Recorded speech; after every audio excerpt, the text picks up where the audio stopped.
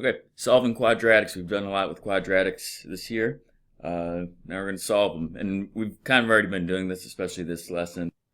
Okay, so what do we mean when we mean solving quadratics? Solving an equation usually just means solve for x. On a quadratic, what we're solving for is we're really finding the x-intercepts of that certain quadratic. Okay, so we're going to rearrange things and then find the intercept of the new resulting quadratic. What do we mean by finding the x-intercepts? Well, it's just solving the equation for x when the equation equals 0. That's how we find x-intercepts for a quadratic, for a linear, for any type. You set it equals 0, solve for x. So that's what we mean when we're solving these. Okay, so we're going to use a couple different methods. And the first method we're going to use is the one you already know. It's factoring. Okay. We've been factoring for months now. The steps for factoring, and not only factoring, but factoring and solving, is the most important step is that it has to equal 0. Okay. Because of the property that's going to be listed in the third step. Your equation has to equal 0. The second step, of course, is to factor. Okay. Now factoring, there's a bunch of different techniques. It could be product sum, it could just be GCF, it could be factor by grouping. Difference of squares, perfect square trinomials, a lot of different types of factoring we did. It's not specific, there's just, it depends on the problem. And then the last step is use the zero product property, which is why the equation must equal 0. Okay, so zero product property only works if it equals 0 and it's factored. Okay. So again, no two problems are alike. Some have multiple factoring techniques, some have one, some have specific ones, some you could use different types. Again, each problem is different, but we know all the factoring techniques, so just use whatever works in that problem. Alright, so we'll just run through a couple of examples. In this problem, we got 9x squared plus 12 equals 12x plus 3 plus 5x squared. Okay, this is a quadratic. How do we know it's a quadratic? Well, the highest exponent is 2. It's a degree of 2. Alright, so we're going to use factoring. To use factoring, like we said, you have to move everything to one side. It has to equal 0. So I'm going to group all my x squareds together. So we'll subtract 5x squared over here. I always go to the left side, or usually I just go wherever the x squared value is going to be positive because it's easier to factor. We got a 3, we'll subtract that with the constant over here. And then we have 12x on the right side, but no x's on the left side, which means there's 0 x's, which means you're going to have 0x minus 12x. Okay. All right, and everything on the right side now cancels out, and when it cancels out, it doesn't mean there's nothing there. It means there's 0 there. Okay. And on the right or left side, we'll just simplify. 9x squared minus 5x squared is 4x squared. Like we said, 0x minus 12x is going to be negative 12x, 4x squared. And then 12 minus 3 is 9. Okay. So now we have a quadratic trinomial, which is what the form we're most used to. All right, the problem here is you have a number in front of x squared. When there's a number in front of x squared, you have to either guess or check or use one of the other methods, factor by grouping. However, if you notice, this is a special pattern. Okay. So you could do it that way and it'd be fine. You'd get the right answer still. But again, you should be able to recognize these patterns. Okay. This is a perfect square trinomial. How do I know it's a perfect square trinomial? Well, I noticed, 4x squared, that's a perfect square. The last term, 9, is a perfect square. This would be 2x, that would be 3. 2x times 3 is 6x, double it, and you get the middle term of 12x. So it follows the perfect square trinomial pattern.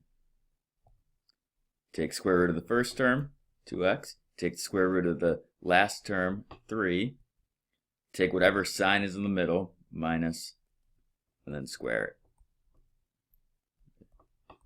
All right, and that equals 0. All right, so you got 2x minus 3 squared. Remember, 2x minus 3 squared, or anything squared, is itself times itself. So really what we have is we have the factored form 2x minus 3 times 2x minus 3. Now, of course, you don't have to write it like that. It's just a more complicated way. But that's really what we have. Okay, so to solve this, you have the exact same binomial twice. So when you use the zero product property, you don't have to do it twice. We'll just do it once. So we're just going to solve the equation of 2x minus 3 equals 0. Solve for x, add 3 to both sides, divide by 2, and you're going to get a x value of 3/2. So again, add 3, get 2x equals 3, divide both sides by 2, you get x equals 3 divided by 2, 3/2, 1.5. Okay, and that's all it is. You know, again, we already basically have done this. Set it equal to 0, factor, solve. We'll just run through a couple others. X squared equals 4x. This is also a quadratic. How do we know it's a quadratic? Well, the highest term, the highest degree is 2. Okay, all quadratics have that x squared value, and it's always the highest. All right, well, this one doesn't equal 0, so we have to make it equal 0. We'll just subtract the 4x over. Now remember, x squared and x are not like terms, so you can't combine those. So this is just going to be x squared minus 4x equals 0. All right, well, this one only has 2 terms. 2 terms you want to check for a difference of squares. This one's not a difference of squares because you have 8, and 8's not a perfect square. This one has an x in it. It's not a difference of squares. So what do we go to next? Well, the first step should always be look for a greatest common factor. There is a greatest common factor here. You have 8x squared and 4x. The greatest common factor is going to be 4x.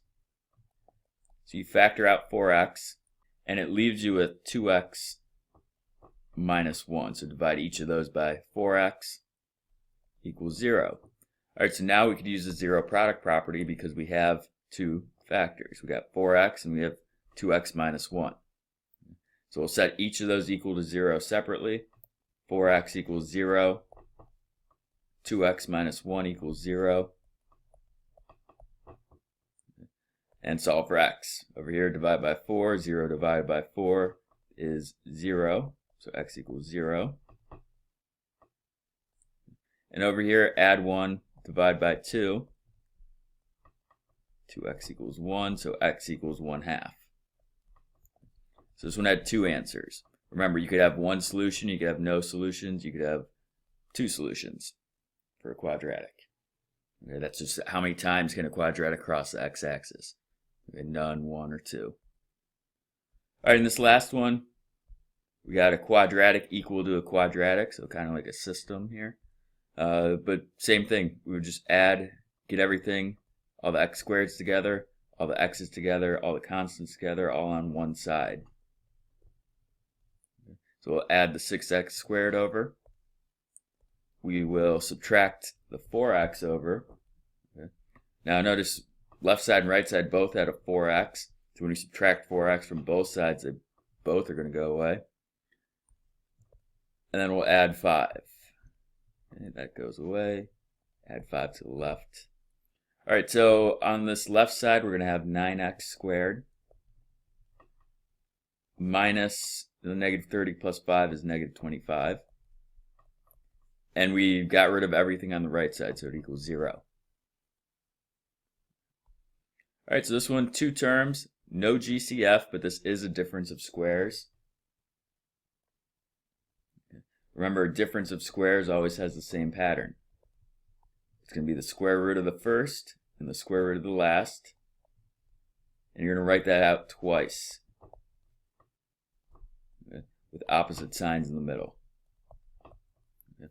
So square root of 9x squared is 3x. 3x and 3x. The square root of 25 is 5. 5 and 5. One's going to be plus, one's going to be minus.